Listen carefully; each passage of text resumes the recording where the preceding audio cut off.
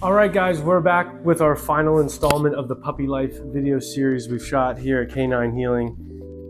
And this is something that I think it gets overlooked a lot of times, and we see a lot of people going through unnecessary struggles with their puppy. And one of the first things that we always ask about is like, what's your daily schedule? Like, what's your crate schedule? How often are you kenneling the dog? Without getting into too much of the details on it, the reality is you don't want to be working and supervising and actively engaging or passively training your puppy all the time. It isn't really fun for anybody, and it's usually not that fun for the puppy either, because at some point you're going to be doing something that you need to do, and the puppy's going to get into something that you don't want them to get into, and now you got to stop, and then you end up chasing the dog around, yelling at it. Nobody wins. So instead of that, we just recommend having a daily schedule, a daily ritual of giving the dog some downtime. And we do that in a crate most of the time. All right, so what we're gonna do in this video is we'll talk about it, we'll demonstrate it, and we'll help set you guys up so that instead of the dog having freedom all the time where they're developing bad habits, getting into things that could be dangerous or destructive, instead of all of that pain and anguish, we're going to help you understand that it's way better to have, say, 20 to 40 minutes of fun, engaged adventures or training or time with the dog, and then put them up so that they can rest and recover and soak all that session in and essentially go off duty from having to be aware of what's going on at the door, out the windows. So instead of you being on puppy duty all the time, you get to have good, fun, engaging time with your dog and then put them up to rest. You get to then go off and do what you need to do. It's such a great skill to teach them. If you're ever going to be kenneling the dog down the road or at a boarding facility, or even if you take them to the groomer, they're going to need to go into the kennel. If you take them to the vet, they're going to need to spend some time in a crate. So teach them. Help them be comfortable with that. Help them understand it's part of life. Now, another huge benefit to consistent and regular crate training is the prevention or elimination of separation anxiety. We see this all the time where the dog is loving and boisterous and outgoing and great, but then the people leave and the dog now becomes anxious or destructive or really can harbor some really challenging behaviors in the form of not being sure what to do or how to handle being left alone. Building in a crate schedule, building this rhythm into your life where the dog understands, hey, you're going to be contained for a period of time and then I'll be back. It's so beneficial, so powerful for the dog. So without further ado, what we're going to do is we're going to practice getting Emmy Lou into the large rough tough there. It's a Roughland kennel. You could use a wire crate. You can even do this type of thing in a bedroom or the laundry room or fenced, gated area in the kitchen, but some type of containment. It helps manage the dog's behavior by restricting its access to unwanted things. All right, here we go. Emmy Lou, she's pretty good about this.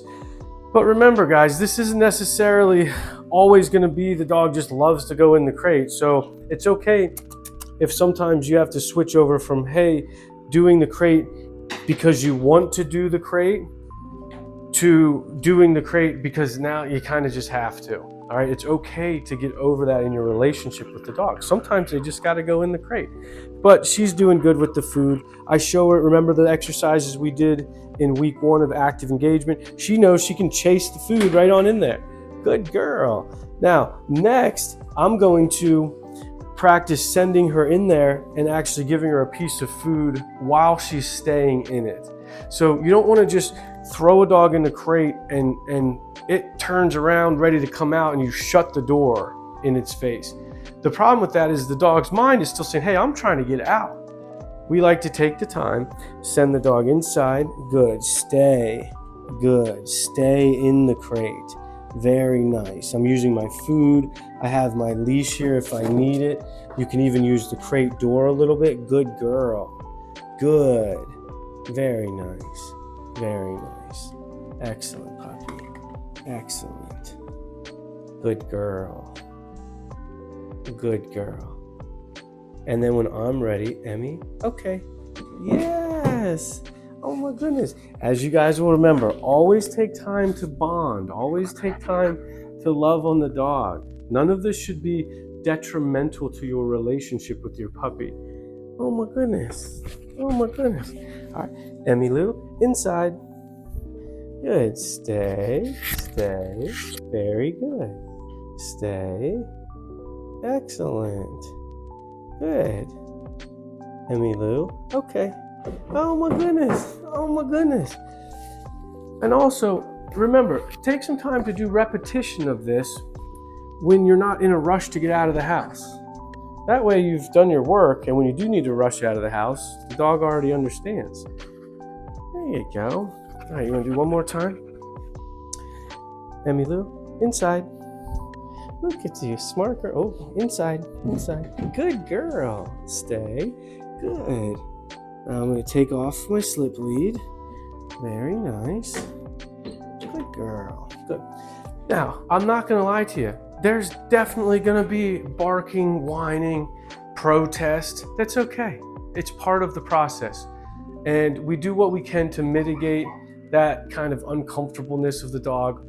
But the truth is, when you build this into your schedule and you have good outdoor activities, engagement, adventures, some obedience training, the dog will pretty quickly learn, hey, this is my time to settle. This is my time to rest. And take my word for it, it is way easier to do this as you're raising the puppy up, as opposed to waiting until the dog's 10 months, a year, 2 years old, and then calling us and saying, hey, my dog has separation anxiety, or I can't crate the dog. She might bark a little bit, might protest, but pretty quickly she'll learn that this is her time to settle. What I do personally when I'm crate training a puppy, when I put them in there, I go out to lunch. All right, guys, this should do it for the containment section. Hey, feel free to post any questions or comments.